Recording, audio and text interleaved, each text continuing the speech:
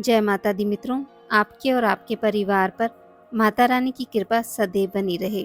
सावन महीने के शुक्ल पक्ष की तृतीया तिथि को हरियाली तीज मनाई जाती है। इस दिन महिलाएं माता पार्वती और भगवान शिव की पूजा करती हैं, निर्जला व्रत रखती हैं। इस दिन कुंवारी लड़कियां भी मनोवांछित वर की प्राप्ति के लिए इस दिन व्रत रखकर मां पार्वती की पूजा करती हैं।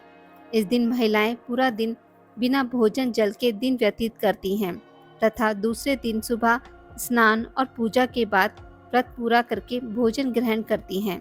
विवाहिता स्त्रियां अपने पति की दीर्घायु के लिए व्रत रखती हैं। इस दिन स्त्रियों के मायके से श्रृंगार का सामान और मिठाइयाँ उनके ससुराल भेजी जाती हैं। हरियाली तीज के दिन महिलाएं सुबह घर का काम और स्नान करने के बाद 16 श्रृंगार करके निर्जला व्रत रखती हैं। इसके बाद मां पार्वती और भगवान शिव की पूजा होती है। पूजा के अंत में तीज की कथा सुनी जाती है। कथा के समापन पर महिलाएं मां गौरी से पति की लंबी उम्र की कामना करती हैं। इसके बाद घर में उत्सव मनाया जाता है और भोजन व लोक नृत्य किए जाते हैं। इस दिन हरे वस्त्र, हरी चूड़ियाँ, चुनरी, हरा लहरिया, हरा श्रृंगार, मेहंदी, झूला झूलने का भी रिवाज है। जगह जगह झूले पड़ते हैं।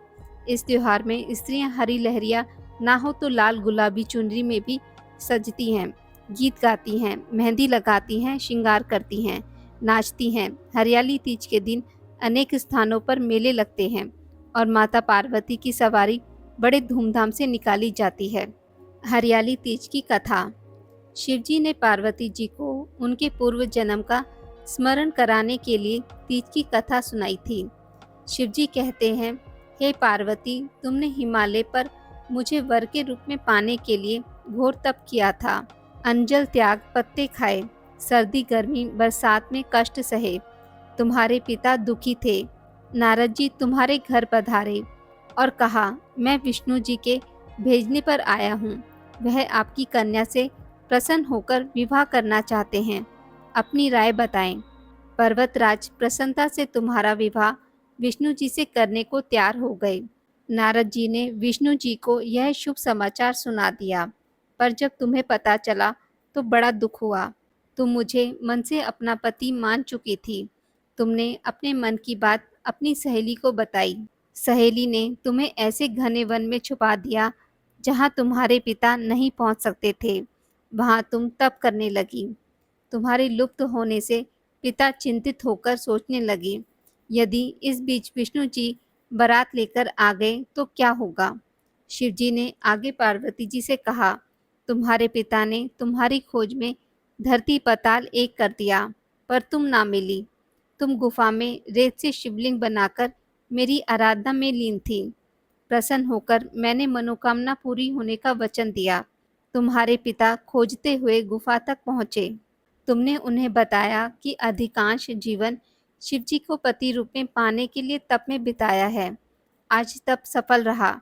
शिवजी ने मेरा वरण कर लिया। मैं आपके साथ एक ही शर्त पर चलूंगी, यदि आप मेरा विवाह शिवजी से करने को राजी हों। पर्वतराज मान गए। बाद में विधि विधान के साथ हमारा विवाह किया। हे पार्वती, तुमने जो कठोर व्रत किया था उसी के फलस्वरूप हमारा विवाह हो सका। इस व्रत को निष्ठा से करने वाली स्त्री को मैं मनवांछित फल देता हूँ। उसे तुम जैसा अचल सुहाग का वरदान प्राप्त होगा। आज की इस वीडियो में बस इतना ही।